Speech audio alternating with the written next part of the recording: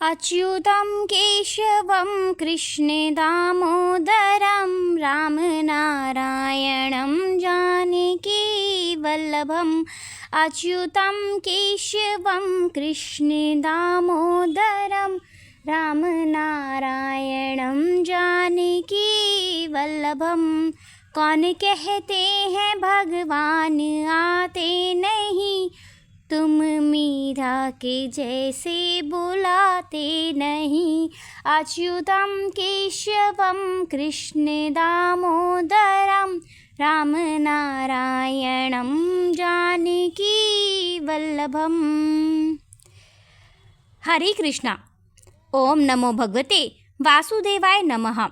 प्रिय भक्तों, आज हम आपके लिए वैशाख मास पूर्णिमा की तिथि और जिसे बुद्ध पूर्णिमा के नाम से भी जाना जाता है, आज दिनांक 1 मई 2026 यानी शुक्रवार को वैशाख पूर्णिमा का पावन पर्व मनाया जा रहा है। और आज के इस शुभ अवसर पर हम आपके लिए लेकर आए हैं वैशाख मास पूर्णिमा के सभी व्रत कथाएं। और इस दिन क्योंकि भद्रा भी लग रही है और भद्रा का वास पाताल लोक में रहेगा, जो भी भक्त प्रतिदिन भद्रा के 12 नामों का जाप करता है उसके जीवन में भद्रा कभी विघ्न नहीं डालती। और अगर किसी पावन दिन पर भद्रा लगती है तब उस दिन सच्चे मन से भद्रा के इन सभी 12 नामों का पहले जाप करना चाहिए। उसके बाद ही पूजा पाठ या अन्य कथाओं का श्रवण करना चाहिए। जो भद्रा के इन 12 नामों का स्मरण करता है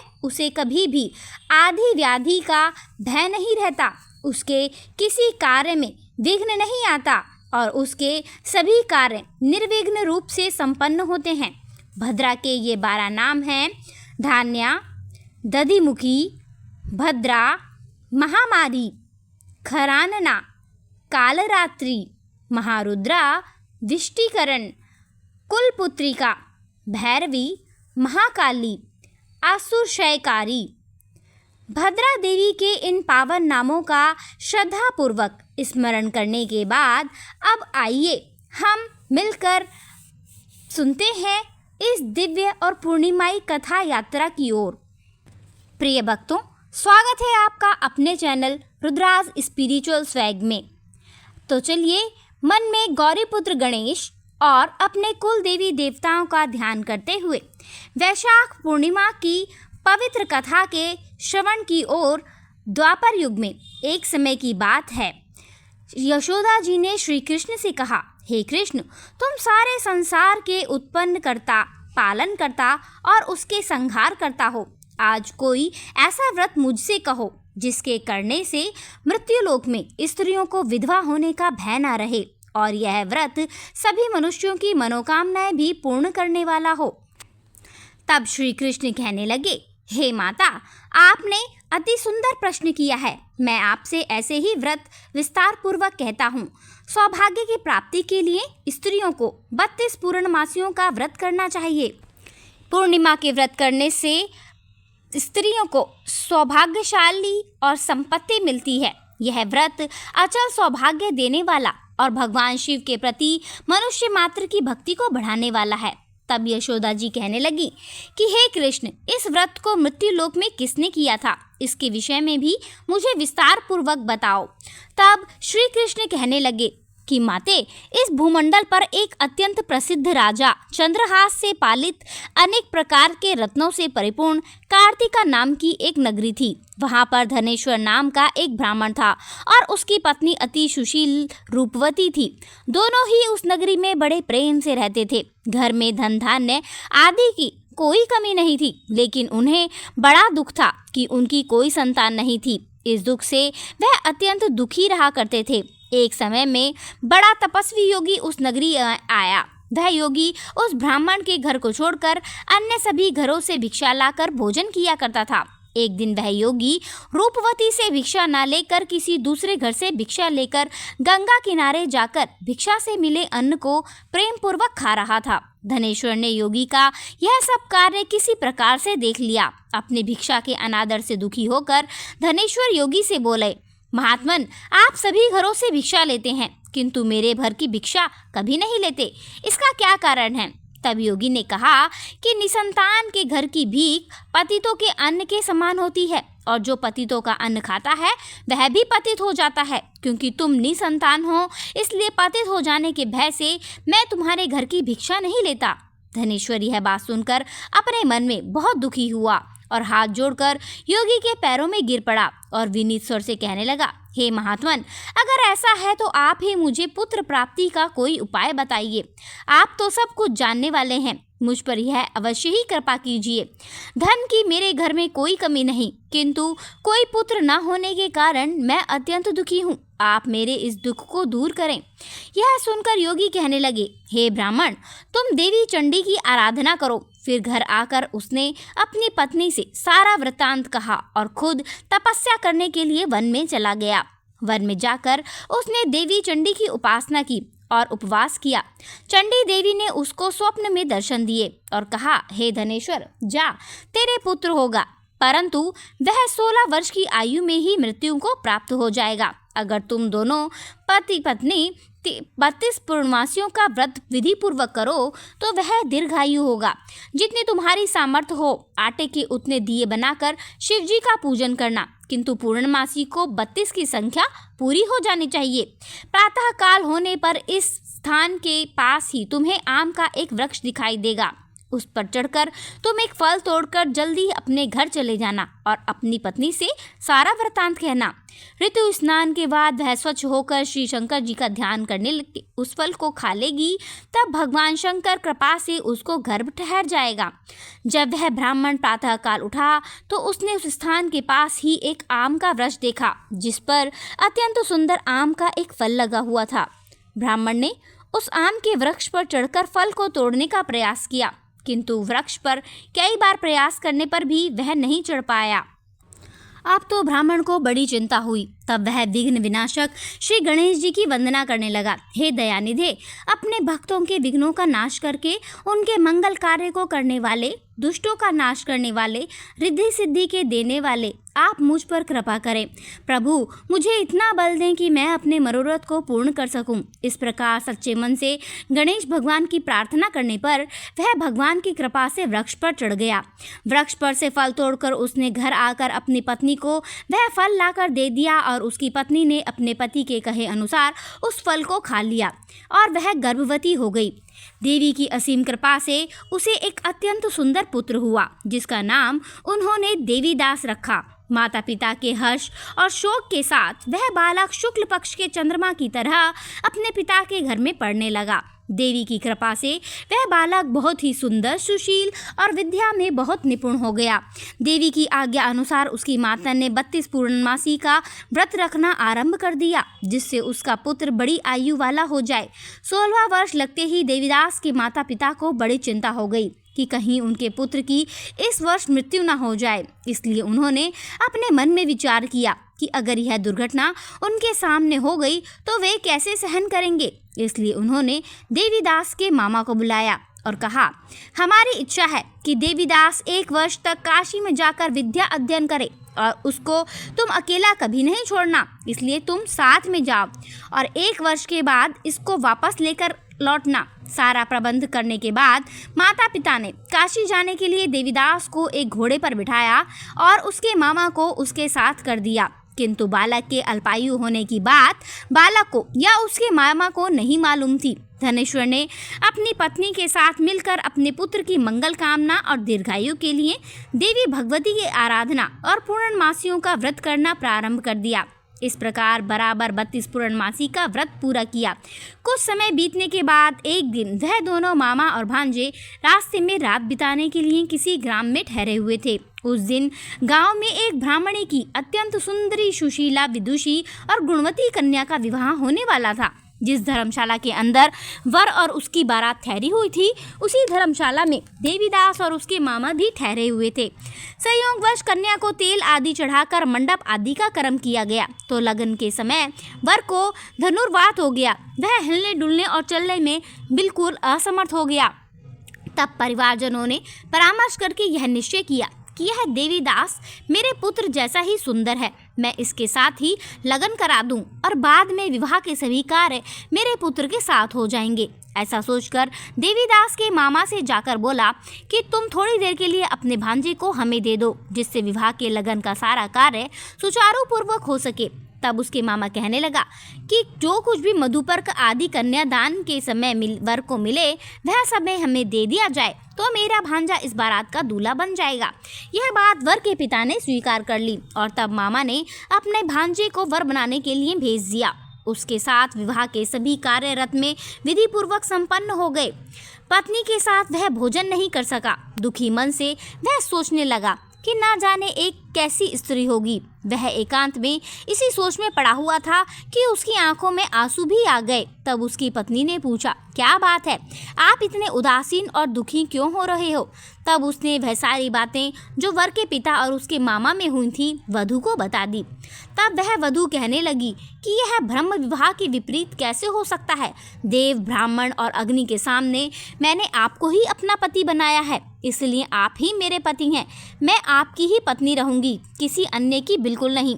तब देवीदास ने कहा कि ऐसा मत करो, क्योंकि मेरी आयु बहुत थोड़ी है। मेरे मरने के बाद तुम्हारी क्या गति होगी, इस बात को अच्छी तरह सोच लो। परंतु वर वधू दृढ़ निश्चय वाली थी। उसने बोला, हे स्वामी, जो आपकी गति होगी वह मेरी भी होगी। हे स्वामी, आप उठिए और भोजन कीजिए, आप निश्चय ही भूखे होंगे। तब देवीदास और उसकी पत्नी ने मिलकर भोजन किया और रात में वे सो गए। प्रातःकाल देवीदास ने अपनी पत्नी को 3 नगों से जुड़ी हुई एक अंगूठी और एक रुमाल दिया और बोला, प्रिय, इसे संकेत समझकर रखो और शांत हो जाओ। मेरा स्मरण और जीवन जानने के लिए एक पुष्प वाटिका बना लो, उसमें सुगंध वाली एक नववल्लिका लगा लो। उसको हर दिन जल से सींचना और आनंद के साथ खेलना कूदना और उत्सव मनाना। जिस समय और जिस दिन मेरी मृत्यु का होगा यह फूल सूख जाएंगे और जब यह फिर से हरे भरे हो जाएं तो समझ लेना कि मैं जीवित हूँ। यह बात निश्चित करके समझ लेना और इसमें कोई संशय मत करना। ऐसा समझा बुझाकर वह चला गया। प्रातःकाल होते ही जहाँ पर गाजे बाजे बजने लगे, विवाह के कार्य समाप्त होने के लिए वर तथा सब बाराती मंडप में आए तो कन्या ने वर को भली प्रकार से देखकर अपने पिता से कहा कि यह मेरा पति नहीं है, मेरा पति वही है जिसके साथ रात में मेरा विवाह हुआ था। इसके साथ तो मेरा विवाह ही नहीं हुआ। अगर यह वही है तो बताएं, मैंने इसको क्या दिया था, रात में हमारे बीच क्या गुप्त बातें हुई थी, वह सब बताए। पिता के कहे अनुसार उसने वर को बुलाया कि मैं कुछ नहीं जानता, वर ने कह दिया। इसके बाद लज्जित होकर अपना सा मुंह लेकर वह और सारे बाराती अपमानित होकर वहां से चले गए। भगवान श्री कृष्ण आगे बोले, माते, इस प्रकार देवीदास काशी विद्या पढ़ने के लिए चला गया और कुछ समय बीत गया तो काल से प्रेरित होकर एक सांप रात के समय उसको डसने के लिए वहां पर आया।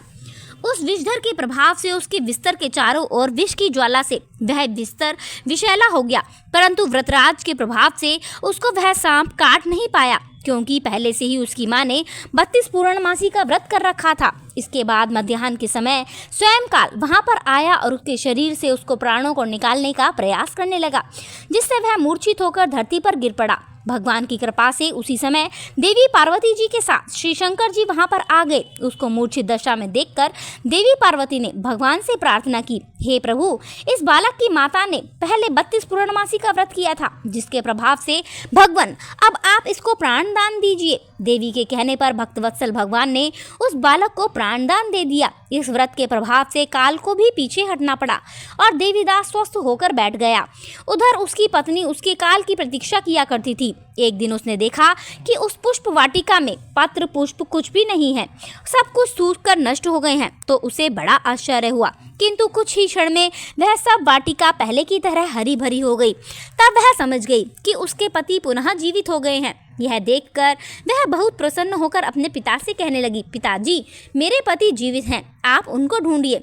जब 16वां वर्ष बीत गया तो देवीदास भी अपने मामा के साथ काशी से वापस अपने घर के लिए चल पड़ा। उधर उसके ससुर उसको ढूंढने के लिए घर से जाने ही वाले थे कि वह दोनों मामा भांजा वहीं पर आ गए। उसको आया देखकर उसका ससुर बड़ी प्रसन्नता के साथ उसको अपने घर में ले गया। उस समय नगर के निवासी भी वहां इकट्ठा हो गए और फिर सबने निश्चय किया कि अवश्य ही इस बालक के साथ इसी कन्या का विवाह हुआ था। उस बालक को जब कन्या ने देखा तो पहचान लिया और कहा कि यह तो वही है जो संकेत करके गए थे। फिर सबने कहने लगे कि भला हुआ जो यह यहाँ आ गया। तब सब नगरवासियों ने आनंद मनाया। कुछ दिन के बाद अपनी पत्नी और अपने मामा के साथ अपने ससुर के घर से बहुत सारा उपहार लेकर अपने घर की ओर विदा लेकर वह चल पड़ा। जब वह अपने नगर के निकट गया तो कई लोगों ने उसे देखकर उसके माता पिता को पहले ही जाकर यह सूचना दे दी कि तुम्हारा पुत्र देवीदास अपनी पत्नी और मामा के साथ आ रहा है। ऐसा सुनकर पहले तो उन्हें विश्वास ही नहीं हुआ, किंतु जब और लोगों ने भी आकर इसी बात का समर्थन किया तब उन्हें बड़ा आश्चर्य हुआ। इतने में ही देवीदास के अपने घर के निकट पहुंच गया और देवीदास ने अपने माता पिता के चरणों में सर रखकर प्रणाम किया और उसकी पत्नी ने भी अपने सास ससुर के चरणों को स्पर्श किया। तो माता पिता ने अपने पुत्र और पुत्रवधू को अपने हृदय से लगा लिया और उसकी आंखों में प्रेम के आंसू बहने लगे। अपने पुत्र और पुत्रवधू के आने की खुशी में धनेश्वर ने बड़ा भारी उत्सव किया और ब्राह्मणों को भी बहुत सा दान दक्षिणा देकर प्रसन्न किया। भगवान श्री कृष्ण कहने लगे, माते, इस प्रकार धनेश्वर 32 पूर्णमासियों के व्रत के प्रभाव से पुत्रवान हो गया। जो भी स्त्रियां इस व्रत को करती हैं वे जन्म जन्मांतर में भी वैधव्य का दुख नहीं भोगती और सदैव सौभाग्यवती रहती हैं। यह मेरा वचन है, इसमें कोई संदेह नहीं। यह व्रत पुत्र पौत्रों को देने वाला और संपूर्ण मनोकामनाओं को पूर्ण करने वाला है। 32 पूर्णमासियों की व्रत करने वाली व्रती की सारी इच्छाएं भगवान की कृपा से पूर्ण हो जाती हैं। वैशाख पूर्णिमा को बुद्ध पूर्णिमा भी कहते हैं। तो अब सुनिए बुद्ध पूर्णिमा की कथा। उसके बाद आप सुनेंगे श्री लक्ष्मी अष्टकम स्रोत हिंदी अनुवाद। क्योंकि पूर्णिमा तिथि माँ लक्ष्मी जी का दिन माना जाता है, इसलिए आर्थिक संपन्नता के लिए आप इस स्रोत को पूरा जरूर सुनिएगा। आज वैशाख पूर्णिमा के दिन कुछ जयंती भी मनाई जा रही है, जिसमें भगवान विष्णु ने क्रूर अवतार धारण कर समुद्र मंथन के समय देवताओं की सहायता की थी। एक समय की बात है, महर्षि दुर्वासा देवराज इंद्र से मिलने स्वर्गलोक में गए। उस समय देवताओं से पूजित इंद्र ऐरावत हाथी पर आरूढ़ होकर कहीं जाने के लिए तैयार थे। उन्हें देखकर महर्षि दुर्वासा का मन प्रसन्न हो गया और उन्होंने विनीत भाव से देवराज को एक पारिजात पुष्पों की माला भेंट कर दी। देवराज ने माला तो ग्रहण कर ली, किंतु उसे स्वयं न पहनकर ऐरावत के मस्तक पर डाल दी और स्वयं चलने को तत्पर हुए। हाथी मद से उन्मत्त हो रहा था। उसने सुगंधित और कभी न कुमलाने वाली उस माला को सूंड से मस्तक पर खींचकर मसलते हुए फेंक दिया और फिर पैरों से कुचल डाला। अपने ही सामने यह सब देखकर ऋषि दुर्वासा अत्यंत क्रुद्ध हो उठे और उन्होंने देवराज को श्राप देते हुए कहा, रे मूढ़, तुमने मेरी देवी माला का कुछ भी आदर नहीं किया। तुम त्रिभुवन की राजलक्ष्मी से संपन्न होने के कारण मेरा अपमान कर रहे हो। इसलिए जाओ, आज से तीनों लोकों की लक्ष्मी नष्ट हो जाएगी और तुम्हारा यह वैभव भी श्रीहीन हो जाएगा। इतना कहकर दुर्वासा ऋषि शीघ्र ही वहां से चले गए। उधर श्राप के प्रभाव से इंद्र आदि सभी देवगण और तीनों लोकों श्रीहीन हो गए। ये दशा देखकर इंद्र आदि देवता अत्यंत दुखी हो गए। महर्षि का श्राप अमोघ था, उन्हें प्रसन्न करने की सभी प्रार्थनाएं भी विफल हो गईं। तब असहाय, निरुपाय और दुखी देवगण, ऋषि मुनि आदि सभी प्रजापति ब्रह्मा जी के पास गए। ब्रह्मा जी उन सभी को साथ लेकर बैकुंठ में श्री नारायण के पास पहुंचे और सभी ने अनेक प्रकार से नारायण की स्तुति की और बताया कि प्रभु, एक तो हम दैत्यों के द्वारा अत्यंत कष्ट में हैं और इधर महर्षि के श्राप से अब श्रीहीन भी हो गए हैं। आप तो शरणागतों के रक्षक हैं, इस महान कष्ट से हमारी रक्षा कीजिए प्रभु। इस प्रकार स्तुति से प्रसन्न होकर श्री हरि ने गंभीर वाणी में कहा, तुम लोग समुद्र का मंथन करो, जिससे लक्ष्मी और अमृत की प्राप्ति होगी। अमृत को पीकर तुम सभी अमर हो जाओगे और तब दैत्य तुम्हारा कुछ भी अहित नहीं कर सकेंगे, किंतु यह अत्यंत दुष्कर कार्य है। इसके लिए तुम असुरों को अमृत का प्रलोभन देकर उनके साथ संधि कर लो और दोनों पक्ष मिलकर समुद्र मंथन करो। ऐसा कहकर प्रभु अंतर्ध्यान हो गए। तब प्रसन्न चित्र इंद्रादि देवों ने असुर राज बलि और उसके प्रधान नायकों को अमृत का प्रलोभन देकर सहमत कर लिया। मथा ने मंदराचल पर्वत का सहारा लिया और वासुकी नाग की रस्सी बनाकर सिर की ओर दैत्यों ने तथा पूंछ की ओर देवताओं ने पकड़कर समुद्र का मंथन आरंभ किया। किंतु अथाह सागर में मंदरगिरी डूबता हुआ रसातल में धंसने लगा। यह देखकर अचित शक्ति संपन्न लीला अवतारी भगवान श्री हरि ने कूर्म रूप धारण कर मंदराचल पर्वत पर पीठ पर धारण कर लिया और भगवान कूर्म की विशाल पीठ पर मंदराचल अब तेजी से घूमने लगा। इस प्रकार समुद्र मंथन संपन्न हुआ। यह थी भगवान के कच्छप अर्थात कूर्म अवतार की कथा। सभी प्रेम से बोलिए कच्छप भगवान की जय, श्री लक्ष्मी नारायण भगवान की जय। आज शुक्रवार के दिन पूर्णमासी का संयोग पड़ा है, इसलिए अब सुनिए माँ लक्ष्मी जी की कथा। एक गांव में एक साहूकार रहता था। उस साहूकार की एक पुत्री थी। वह हर दिन नियम से पीपल सींचने जाया करती थी। पीपल के वृक्ष में से हर दिन लक्ष्मी जी प्रकट होती थी और वह चली जाती थी। एक दिन लक्ष्मी जी ने साहूकार की बेटी से कहा कि तू मेरी सहेली बन जा। लड़की ने कहा मैं अपने पिता से पूछकर कल आऊँगी। साहूकार की बेटी ने घर जाकर अपने पिता को सारी बात कह दी। अब उसके पिताजी बोले बेटी वह तो लक्ष्मी जी हैं, अपने को और क्या चाहिए, तू लक्ष्मी जी की सहेली बन जा। दूसरे दिन वह लड़की फिर गई। तब लक्ष्मी जी पीपल के पेड़ से निकल कर आईं और कहा सहेली बन जा। तो लड़की ने कहा बन जाऊंगी। और फिर इस तरह दोनों सहेलियां बन गईं। लक्ष्मी जी ने उसको भोजन का न्योता दिया। घर आकर लड़की ने अपने माता पिताजी से कहा कि मेरी सहेली ने मुझे भोजन का न्योता दिया है। तब पिता ने कहा कि सहेली के जिम्ने जाओ पर अपने घर को संभाल कर जाना। तब वह लक्ष्मी जी के घर जिमने चली गई। तो लक्ष्मी जी ने उसे शाल दोशाला ओढ़ने के लिए दिए, रुपये दिए, सोने की चौकी, सोने की थाली में 36 प्रकार का व्यंजन भी दिया। जिमकर जब साहूकार की पुतली अपने घर जाने लगी तो लक्ष्मी जी ने पल्ला पकड़ लिया और कहा कि मैं भी तेरे घर जिमने आऊँगी। तो उसने कहा आ जाइयो। वह घर जाकर चुपचाप बैठ गई। पिता ने पूछा बेटी सहेली के यहाँ से जिम कर आई है, लेकिन तू उदास क्यों बैठी है। तो उसने कहा पिताजी मुझे तो लक्ष्मी ने इतना दिया, अनेक प्रकार के भोजन कराए, परंतु मैं उन्हें कैसे जिमाऊंगी, अपने घर में तो कुछ भी नहीं है।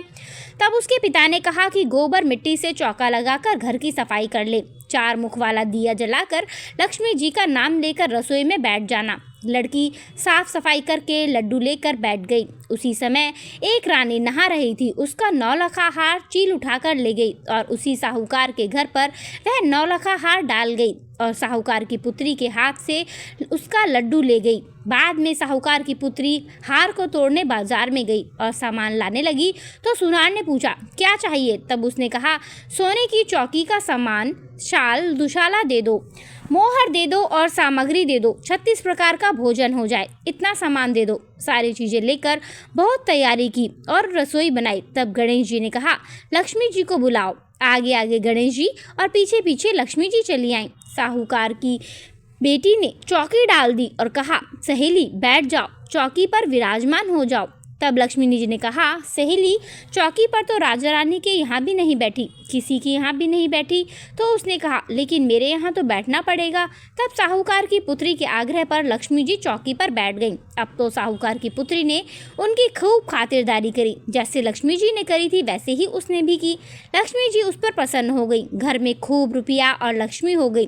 साहूकार की बेटी ने कहा मैं अभी आ रही हूँ, तुम यहीं बैठी रहना। ऐसा कहकर वह चली गई। लक्ष्मी जी नहीं गई और चौकी पर ही बैठी रही। उसको बहुत सारी धन दौलत सुख समृद्धि दे दी। हे लक्ष्मी जी जैसा आपने साहूकार की बेटी को दिया वैसा ही सबको देना और सभी परिवार को उनके सुख संपत्ति से समृद्ध कर देना, पीहर में देना, ससुराल में देना, बेटे पोते देना। हे लक्ष्मी माता सबकी दरिद्रता को दूर करना और सबके कष्ट दूर करना। तो सभी प्रेम से बोलिए लक्ष्मी माता की जय।